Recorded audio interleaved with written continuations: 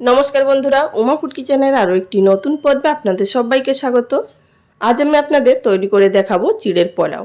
এই চিড়ের পোলাও ভীষণই হেলদি হয়। আপনারা এটি সকালের ব্রেকফাস্ট হিসেবেও খেতে পারেন এবং স্কুল কলেজ অফিসের টিফিন বক্সেও দিতে পারেন। চলুন তাহলে আর বেশি কথা না বলে শুরু করা যাক আমার আজকের এই ভিডিওটি। সবার প্রথমে আমরা এখানে একটি বড় পাত্র নিয়ে নেব। তারপর আমি এর মধ্যে নিয়ে নিচ্ছি 2 কাপ পরিমাণ চিড়ে। এই চিড়েটা ব্যবহার করার আগে আপনাদের কিন্তু অবশ্যই একটু ঝেড়ে নিতে হবে বা চেলে নিতে হবে, এতে করে চিড়ের মধ্যে যে নোংরাটা থাকবে সেটি নিচে পড়ে যাবে। আর এখানে অবশ্যই আপনারা একটু মোটা দানা চিড়ে নেবেন, এতে করে পোলাওটা বেশ ঝরঝরে হবে। যদি পাতলা দানা নেন তাহলে কিন্তু চিড়েটা নেতিয়ে যাবে। এবার আমাদের এই চিড়েটিকে ভালোভাবে পরিষ্কার করে 3 থেকে 4 বার মতো ধুয়ে নিতে হবে যতক্ষণ না জলটা পরিষ্কার হচ্ছে। তো আমি এখানে এটিকে ধুয়ে নিয়ে ফেরত আসছি। চিড়েটা ভালোভাবে পরিষ্কার করে ধুয়ে নিয়েছি এবং চিড়ের মধ্যে আমি বিশেষ জল রাখিনি, শুধু চিড়ের গায়ে যেটুকুনি জল আছে সেটাই আছে। এটিকে ঢাকা দিয়ে রেখে দেবো মিনিট 10 মতো। তার মধ্যেই কিন্তু চিড়েটা খুব ভালো মতো ফুলে যাবে। মিনিট 10 পর ঢাকাটা তুলে নিচ্ছি আর আপনাদের বন্ধুরা দেখিয়ে দিচ্ছি চিড়েটা ঠিক কতটা ফুলে উঠেছে।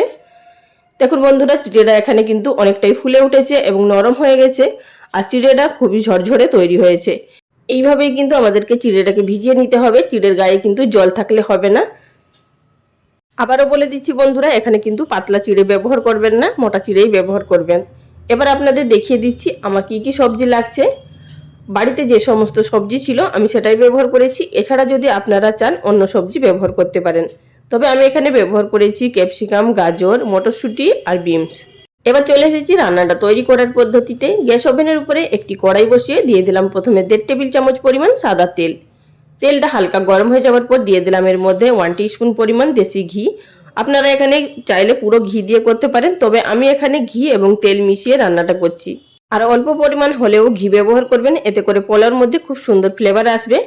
তেল গরম হয়ে যাওয়ার পর দিয়ে দিলাম ফোড়নের মধ্যে 1 টুকরো ডালচিনি, 2 টুকরো লবঙ্গ, দিলাম 2টো ছোট এলাচের দানা ফাটিয়ে আর দিয়ে দিলাম হাফ তেজপাতা। এই ফোড়নগুলো কয়েক সেকেন্ড নাড়াচাড়া করে ভেজে নেব বা যতক্ষণ না একটা সুন্দর ফ্লেভার বেরোচ্ছে ততক্ষণ অবধি ভেজে নিতে হবে। তারপর আমি এর মধ্যে দিয়ে দিলাম 1 টেবিল চামচ কাজু বাদাম কুচি আর দিয়ে দিলাম 1 টেবিল চামচ পরিমাণ কিশমিশ। কাজু কিশমিশগুলো এখানে কিন্তু আমি হালকা করে নাড়াচাড়া করে নেব, কারণ এর মধ্যেই সবজিগুলো এড করব। তো এখানে আমি যে আগে থাকতে কেটে রেখেছিলাম সবজিগুলো সেগুলোকে এড করে নিলাম। এবার এটিকে আমাদের মিডিয়াম ফ্লেমে ভেজে নিতে হবে প্রায় 50% মতো। বন্ধুরা, এছাড়াও যদি আপনারা কিছু হেলদি ব্রেকফাস্টের রেসিপি দেখতে চান, আমার চ্যানেলে প্রচুর হেলদি ব্রেকফাস্ট রেসিপি আপলোড করা আছে, আপনারা চাইলে দেখে নিতে পারেন। আমি ডেসক্রিপশন বক্সে কিছু লিঙ্ক দিয়ে দেবো বা আপনারা চ্যানেলে গিয়েও দেখে নিতে পারেন। এখানে সবজিগুলো প্রায় 50% মতো ভাজা হয়ে যাওয়ার পর আমি এর মধ্যে এড করে দেবো যে মটরশুঁটিটা নিয়েছিলাম সেটি। মটরশুঁটিটা দিয়ে দেওয়ার পর আবারও এটিকে নাড়াচাড়া করে 2 মিনিটের জন্য ভেজে নেব। আপনারা যদি মটরশুঁটি ব্যবহার করেন ঠিক এই পর্যায়ে দেবেন, আগে থাকতে মটরশুঁটি দিলে কিন্তু গলে যাবে। এবার আমি এর মধ্যে দিয়ে দিচ্ছি হাফ টিস্পুন পরিমাণ আদা বাটা, দিয়ে দিলাম হাফ টিস্পুন পরিমাণ হলুদের গুঁড়ো, দিয়ে দিলাম স্বাদ মতো নুন। নুনটাও কিন্তু এই পর্যায়ে ব্যবহার করবেন, আগে যদি নুন ব্যবহার করেন তাহলে কিন্তু সবজি থেকে জল ছেড়ে দেবে আর সবজিগুলো কিন্তু ঘেঁটে যাবে, গোটা গোটা থাকবে না। সুতরাং এই পর্যায়ে কিন্তু আমাদের নুনটা ব্যবহার করতে হবে। সমস্ত উপকরণগুলো দিয়ে একটু কষিয়ে নেওয়ার পর এবার আমি এর মধ্যে এড করে দিচ্ছি আগে থাকতে ভিজিয়ে রাখা চিড়েগুলো দিয়ে দেওয়ার পর গ্যাসের ফ্লেম মিডিয়ামে থাকা অবস্থায় এটিকে নাড়াচাড়া করে আমি মিনিট 3 মতো ভেজে নেব। বন্ধুরা, ভিডিও চলাকালীন ছোট্ট একটি অনুরোধ, যদি আমার চ্যানেলে কেউ নতুন দর্শক বন্ধু হয়ে থাকেন আর ভিডিওটি দেখার পর যদি আপনাদের ভালো লাগে, চ্যানেলটি সাবস্ক্রাইব করে নেওয়ার অনুরোধ রইল। আর পাশে থাকা বেল বাটনটি ক্লিক করে অল নোটিফিকেশনে ক্লিক করে রাখবেন, এতে করে আমার পরবর্তী ভিডিওর নোটিফিকেশন আপনাদের কাছে চলে যাবে আর সেখান থেকে আপনারা নিত্য নতুন রেসিপিগুলো দেখতে পারবেন। পোলাওটা একটু ভাজা ভাজা করে নেওয়ার পর আমি এর মধ্যে এড করে দিলাম 1 টেবিল চামচ পরিমাণ চিনি। চিনির পরিমাণটা আপনারা চাইলে একটু বাড়িয়ে বা কমিয়ে দিতে পারেন, তবে হালকা একটু মিষ্টি মিষ্টি হলে বেশি খেতে ভালো লাগে। এটিকে নাড়াচাড়া করে মিশিয়ে নেব।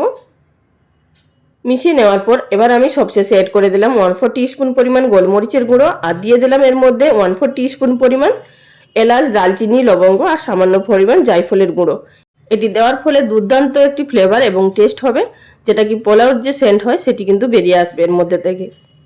আবারও এগুলোকে দিয়ে নাড়াচাড়া করে মিশিয়ে নিলাম। এবার গ্যাসের ফ্লেম বন্ধ করে দিয়ে এটিকে ঢাকা দিয়ে 10 মিনিট মতো স্ট্যান্ডিং টাইমে রেখে তারপর আমি এখানে একটি সার্ভিং প্লেটের মধ্যে সার্ভ করে নিয়েছি। এবার আপনারা এটিকে সকালের জলখাবার হিসেবেও খেতে পারেন বা স্কুল কলেজ অফিসের টিফিন বক্সেও দিতে পারেন। বাচ্চারাও কিন্তু এটি খেলে ভীষণ উপকার পাবে, প্রচুর পরিমাণে সবজি দেওয়া আছে। তাহলে বন্ধুরা আজকের ভিডিওটা এখানেই শেষ করলাম। আগামী দিন কোনো এক নতুন রেসিপি নিয়ে আবারও হাজির হয়ে যাব। ভিডিওটির সঙ্গে এতক্ষণ ধরে থাকার জন্য সকল বন্ধুদের অসংখ্য ধন্যবাদ। সবাই ভালো থাকবেন। নমস্কার।